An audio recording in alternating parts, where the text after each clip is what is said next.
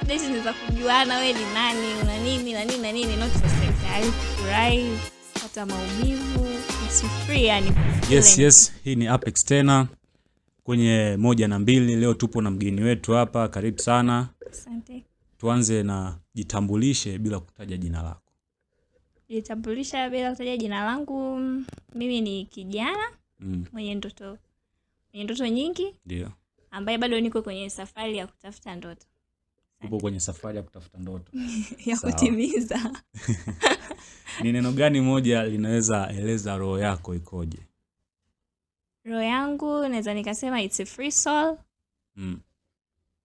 Ipo tayari kujaribu vitu mbalimbali. Ndio. Ipo tayari kufurahi, kupata maumivu. It's free yani ku feel anything. Uko tayari kwa maumivu? Maumivu ni inevitable.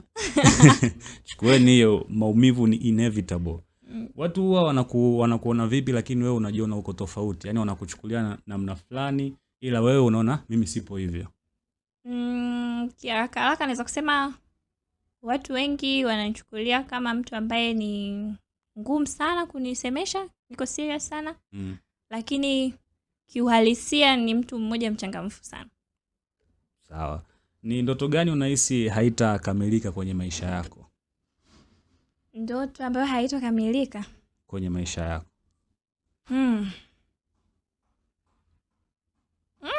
Sidhani kama na ndoto ambayo nahisi haitakamilika. Labda muda uniishie nife. Lakini zilizopo Mungu akibariki zitatimia zote. Amina. Umeshawahi patana na situation ambayo ukajiambia kwamba siwezi kutoboa msala, labda kitu kilitokea ukasema hapa sitoboi? Nahisi kwa umri na lack of experience bado sijakutana na changamoto ngumu sana. Kwa sasa hivi bado. Vitu vyote vimekutokea ni vya kawaida. Ni vya kawaida. Umeshawahi kuumizwa na mtu ambaye hukutarajia atakuumiza? Of course. Ilikuwaje au huwezi kumtaja? Kumtaja siwezi, au pia kwenda into details siwezi kwa sababu it's a very deep thing, lakini ni kitu ambacho kishawahi kutokea. We learn to move on. Tunajifunza kusamehe. Ndio. And it's okay. Ukiambiwa uchague sentensi moja ichongo kwenye kaburi lako pale watu wakukumbuke nayo, sentensi hiyo itakuwa ni ipi? Furahi katika kila jambo unalolifanya. Find happiness in the little things you do. Safi. Yeah. Segment ya mwisho ni red flag, green flag. Tutakupa scenario, utatuambia ni red flag au green flag. Sawa. Sex on first date. A very big red flag. Huwezi No. Haiwezekani. First date ni za kujuana wewe ni nani, una nini na nini na nini, not for sex. Kupata mpenzi sehemu ya starehe, kwa mfano ni bartender au DJ.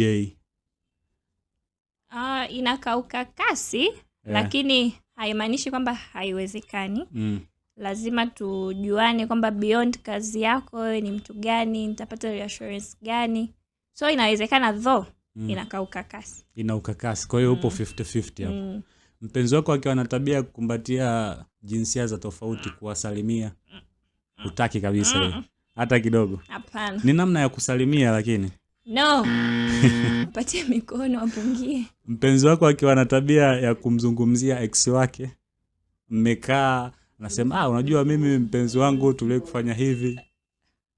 Wewe na mpenzi wako aliyepita tabia ananihusudia. Haipendezi kumzungumzia. Hawezi ishi naye. Hiyo ni red flag. Ni red flag. Mwisho kabisa, jiambie chochote kwa wewe wa miaka 10 baadaye. Jiambie chochote, message yoyote.